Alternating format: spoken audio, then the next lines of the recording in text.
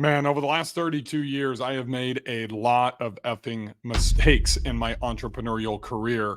And I'm going to share the 5 most important lessons that I've learned on this 32-year journey for myself. I started when I was 19. I'm 51 today. I'm approaching $1 billion in total sales in my career.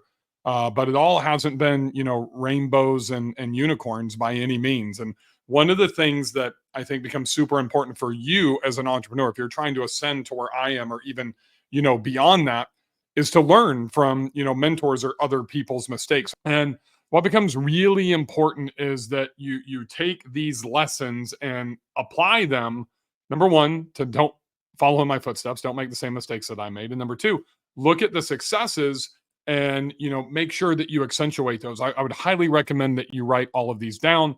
Make sure that you stay till the end. And then there's going to be a follow-up video to this you're not going to want to miss. So make sure you hit that subscribe button as we get started. So number one for me, I started when I was 19 years old, literally in my dining table at the house that my mother raised me in. I had no father.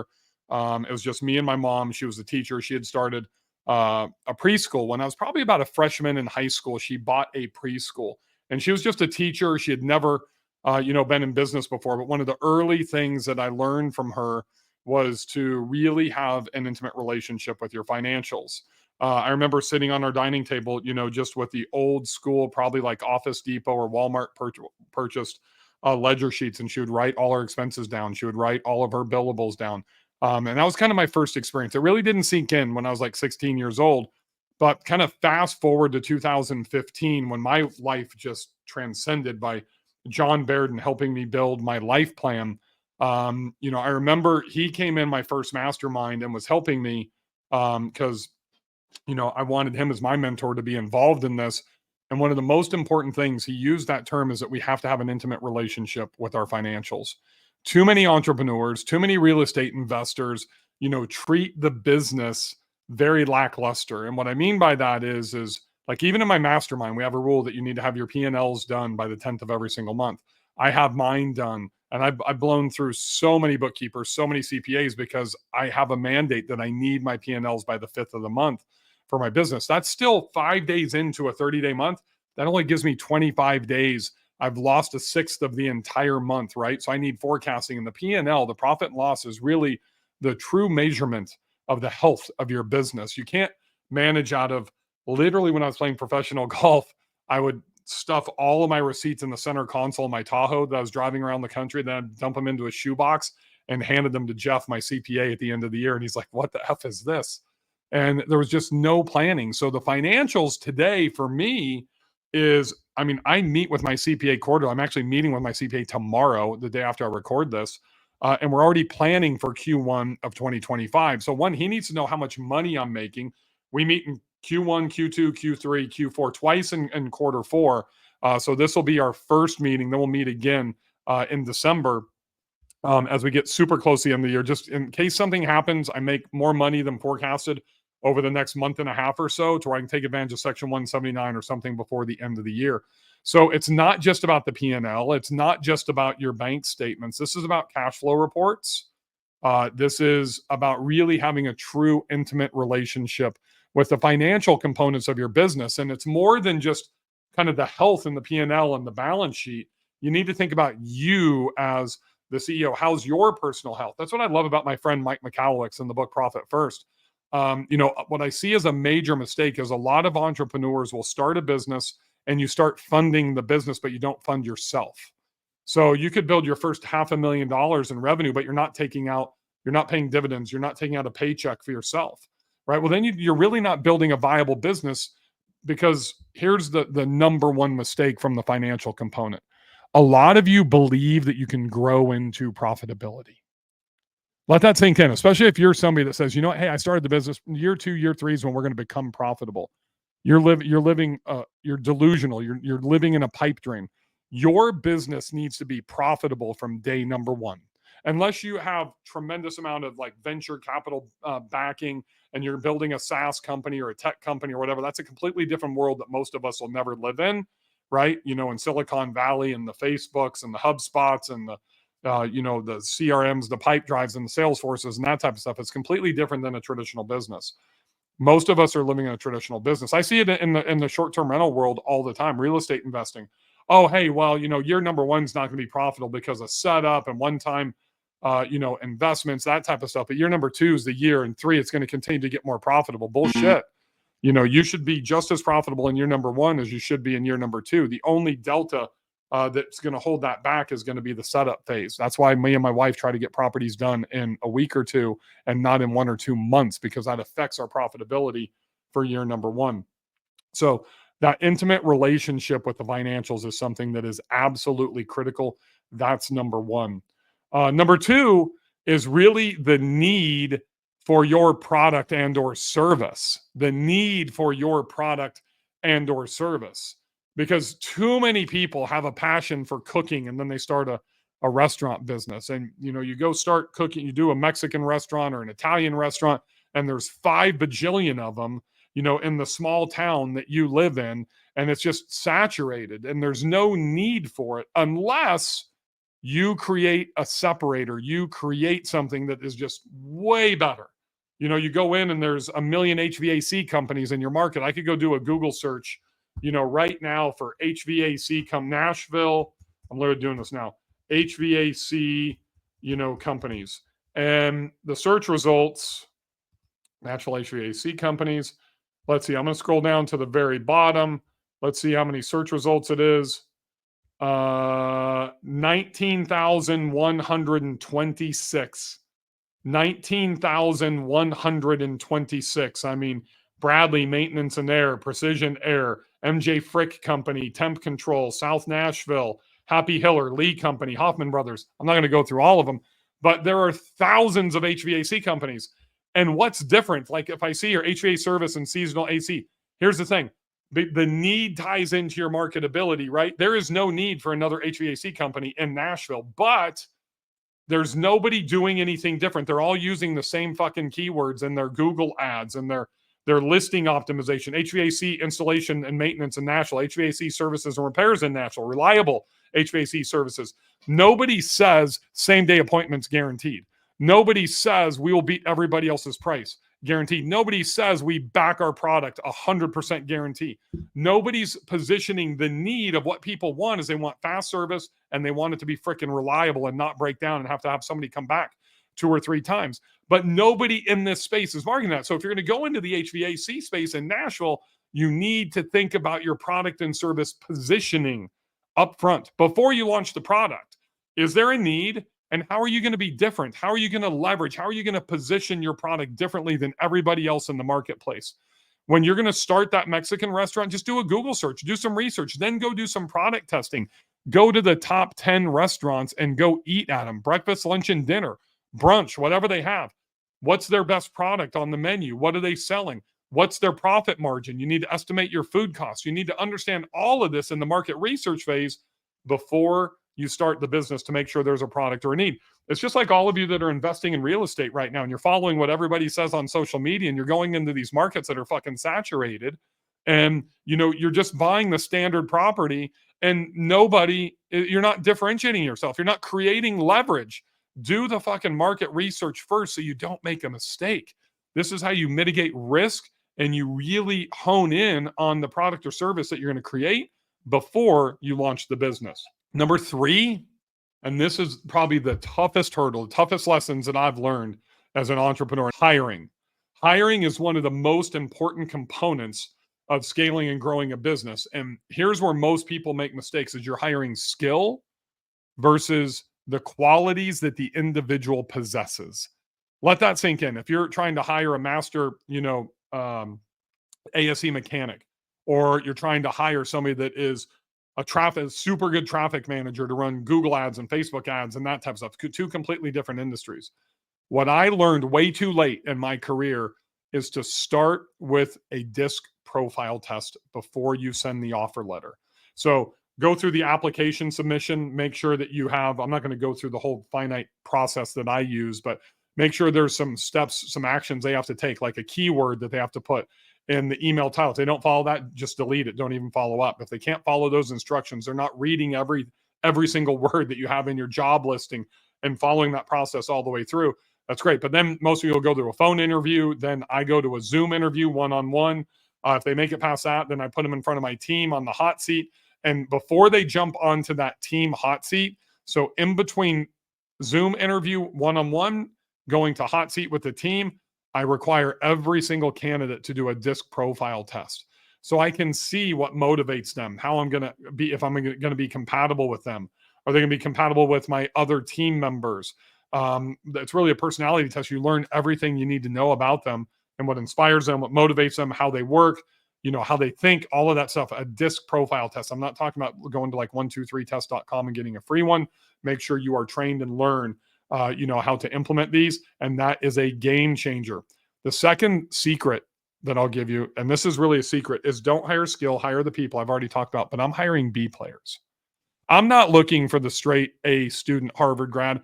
I'm looking for the person that was a 3.0 to 3.5 student that is a grinder, that literally is resourceful, that works their ass off, that has the ownership mentality, that's going to become an entrepreneur at some point. They just either don't have the confidence in themselves, or they don't have the financial backing to be able to do it. Do they have a shorter lifespan with you, typically within your company? Yes, but are they bigger producers? 100%. So combine DISC profile with like a high D, high I in that profile test, going with somebody that has an ownership mentality that's a B player, and then turn them into the A, right? The problem with A players is, most A players are book smart. They're great students. They have a great fucking resume, but they've never had to work their ass off, to be able to achieve success. I want that hard worker. I want that high quality B player every day over an A plus player. That's number 3. Number 4 is something that is really holds people back tremendously. And it has nothing to do with the actual business, but it has everything to do with the mentality of the entrepreneur. Because remember, when you're at the top of the organizational chart, you're at the top of the food chain, you are the leader, you are the manager, until you get staff in to try to create this corporate structure to where you can remove yourself from the day-to-day. So as you are in the day-to-day, as you are making decisions on the path of where the business is going to go and pivoting, through COVID. I'll give you an example. In COVID, I had a business, Limo University, in the limo and motor coach and bus industry. And literally within 2 weeks of us really figuring out what COVID was, which was around the last week of February, I willingly took my business to zero. What I mean by that is I knew that everybody was going to cancel. I knew that everybody was going to churn. So I didn't want them to cancel, because then they're never going to come back. So what I did is I made a super fast decision, because speed is what I'm talking about. Speed is the trait that you need. Within 2 weeks, because my anniversary is March 14th, and I remember it's like March 11th. Remember it to a T. March 11th, 2 weeks. I was at a conference in Vegas. It was the height of, our industry. And then boom, within 2 weeks, the world just came crumbling down. I went to zero. And I announced to the entire industry that I went to zero, and anybody could join my platform for free, my coaching, my Limo University that I built.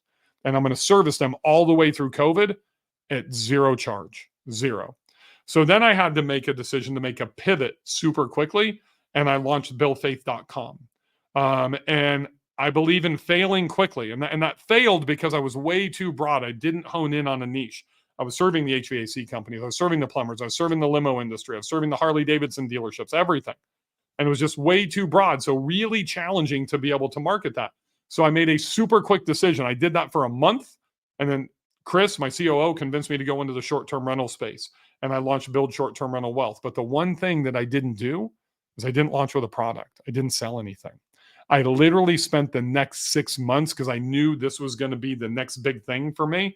So I spent 6 months helping, coaching, and online everywhere I could, doing phone call after phone call, free coaching session. I didn't have anything to sell for 6 months on purpose. I was building trust. I was building my authority inside of the industry. And then I launched a mastermind group. And I invited 20 people, and 15 of the 20 joined because I had impacted their lives already by giving. The point of this story is that through COVID, speed was critical. There's a reason that I've done 37 startups. I've exited out of 22 of them. I still own 7. The other 8 were failures or shut down or wound them down, right? And a lot of those were early when I didn't know these things.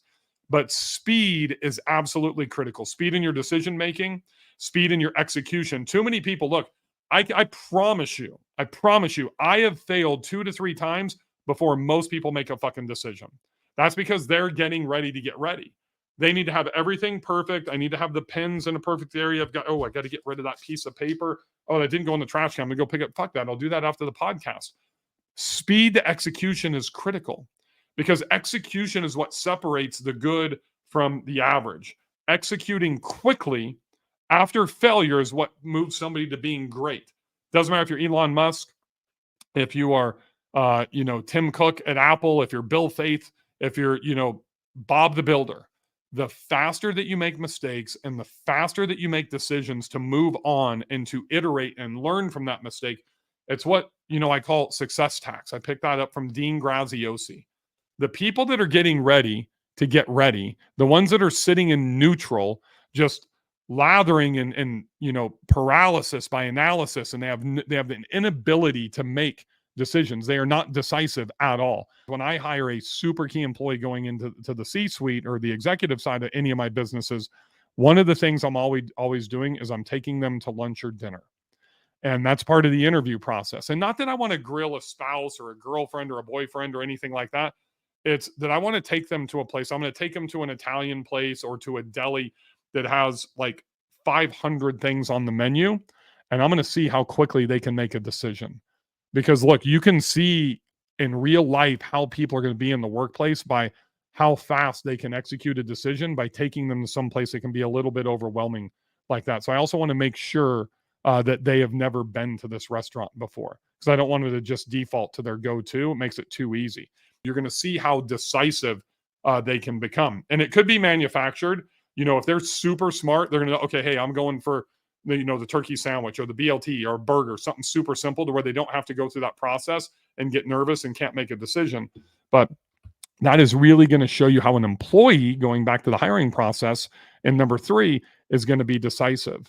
The same thing when you're playing golf with somebody, or I love going shopping with people. Hey, if we're going to go on a fly fishing retreat or go skiing or whatever, and somebody needs gear, I want to go shopping with them. And I'm really paying attention, whether they're an employee, a potential business partner, somebody that I already have a relationship with that maybe I'm trying to earn their business. I just want to see how decisive they can be.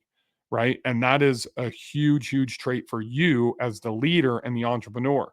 And one of the things to where this speed becomes critical is you have to jump. If you're still in the operational side of the business, you have to jump from being leader to manager, manager to leader. And those are 2 separate roles, but those are 2 of the key roles. You also probably become the CMO, the chief marketing officer, and the VP of sales, right? Or the chief sales officer as well. Those are the 4 critical hats that all successful entrepreneurs have to hold. And you could bounce from meeting to meeting to meeting or conversation to conversation. You could have CMO meeting and then sales conversation with one of your sales reps, right after that. So we got to be easy and be able to pivot. Number 5, and this is the most important one, is your unique value proposition, right? So as I talked about in number 2, the product and service, is there a need in the marketplace? And that need leads into the marketing. The UVP is really problem solving, right? What is the problem that your product or service is going to solve? So then you are able to take the problem, your solution. So you put your problem up here. And if you've ever seen, I have this sheet to where it starts over here with a happy face or a sad face and it's red. And then it comes over here and it's green and it's a happy face. And everything in between going from red to green, there's a big line and you have hash mark, hash mark, hash mark, hash mark. Problems are on top, solutions are on the bottom. The more problems you can identify in the marketplace, the better you are, as long as you have a solution to go on the bottom of that line. So if you have a hash mark here, right, and you can go through and you can hit 1, 2, 3 problems and you can solve them. So you have 3 solutions to marketplace problems.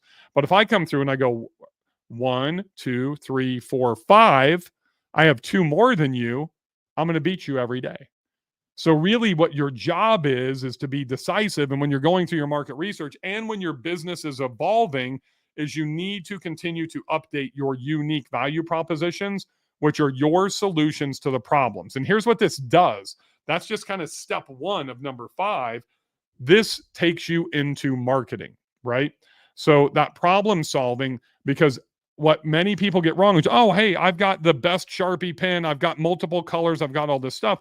But the problem is where do I get them? How do I benefit from them? Why do I need multiple covers? What are the problems that you solve? That becomes your marketing. A lot of you just talk about how great your product is, about pricing. If you're a price sensitive product, you turn into a commodity that way. What you really need to do is you need to think about how you create leverage against your competition, and that becomes your marketing. Talk about the value that's being presented. It's the value is in solving your marketplace's problem. Not value as in, hey, you can get 10 for $8 as opposed to going to Office Depot and you only get 9 for $8. It's about, you know what? Ours lasts 25% more at a lower price. Well, hey, I buy less pens. I need less volume. Don't need 100 laying around my office. I only need 2. That solves the problem because you get 25% more ink out of it. One of the added benefits to that unique proposition is that it saves money, right? So one of the things when you're creating your unique value propositions is I want you to think about the 6 different buyer types. Are they ego-based buyers? Are they price-sensitive buyers? Are they value-based buyers? Are they impulse buyers? What type of buyers is your product and service? How are you going to position it to sell to them? So I always go after value-based buyers. I am the value-based buyer. I'll just use if I find my success planner on Amazon. This is not for sale, by the way. And there's one right next to it, and theirs is $19 and mine is $49. I immediately think that mine has more value based on pricing. Especially when you're in a commoditized industry, like I just went through all this HVAC stuff. Everybody has a $99 program. I've never been sold, even by Lee Company, who's the biggest one here, like a $299 a year program. What's the fucking VIP program? I want to pay for stuff like that. I want to be the first in line. I want the highest value product. I want the most reassurance that, hey, as we're getting ready, we're transitioning from summer and fall, and then from fall to winter. And it's cool and it's crisp here in Nashville in the mornings, right? It's in the probably low 50s right now. Pretty soon it's going to be in the 30s. I want to make sure 100% that my HVAC or my heater is working perfectly, because I don't want to wake up one morning and have it be 40 degrees in my house, right? And then wait for 3 days for one of those HVAC companies to show up because I'm on the $99 plan. Create a $299 plan for me. I'm going to go back to when I had the fastest growing limousine company in the entire industry. And at the very end of it, when I exited and then I sold from Silver Oak to Grand Avenue, one of the things that we implemented, and I had limiting beliefs. I told Carl, the guy that bought the company, I said, you're fucking crazy. Nobody's going to pay for this. Nobody was doing any type of membership program. And what we created was a Grand Select program that started at $1,200 a month. $1,200 a month. It had never been done in the ground transportation space. But we had a unique value proposition and we solved problems. It wasn't just getting access to our vehicles. That was part of it. It wasn't getting preferential treatment or a personal concierge or a dedicated number to call into. That was part of it. But what it was access. Even the Tennessee Titans, the Nashville Predators clients, the music industry stars, we had memberships at 3 private clubs back in the day. This was in like 2011, 2012. So quite a while ago. And we got them access when they couldn't get in. It's not just about your product or service. How can you layer something else into it to create a monthly reoccurring plan? And that monthly reoccurring revenue should be part of your unique value proposition. That's how you go and you can monetize it. But most importantly, you give value, and you need to have multiple price sets. Too many people just go in, especially if you're in a standardized service, you just have one service price. You look at all the competitors and you mimic and you copy what they're doing. Well, your unique value proposition could be, hey, we take care of, I live in Brentwood, Tennessee. It's kind of the nouveau riche, part of the Nashville area. The Belmead, Westmead area is like the old money place. And what I see is people are marketing to both of these the exact same. Well, they're completely different. Much younger over here where I live, much older. Houses are more expensive. Probably average price where I'm at's around 1.5 to 3 million. Over there, it could be 3 million up to 10 million. Just a different world. They need to be marketed to. The unique value propositions, the positioning is completely different. And it's way different than the $500,000 homes, right? So if you can create a SaaS model with 2, 3, or 4 price points, with your most profitable ones being in the middle, market to the high end, market to the low end, but make sure profitability is in the middle, with tied to those unique value propositions, you're solving the problems. That's where your solutions become the most valuable. So we got number 1 at financials. Number 2 is going to be the product and service, the need and the marketability. Number 4 is the hiring. Number 5 is speed, or number 4 is speed. And number 5 is the unique value propositions. Do not fall into the same mistakes that I made. Learn from what I've done and everybody else has done. Really pay attention to these things. And really, out of all of those, I think speed, number 4, is the most important one for me. That is where I get to run circles around my competition. So implement these, execute these, think about speed, and most importantly, make sure you hit that subscribe button. I'll see you guys right here on the next video.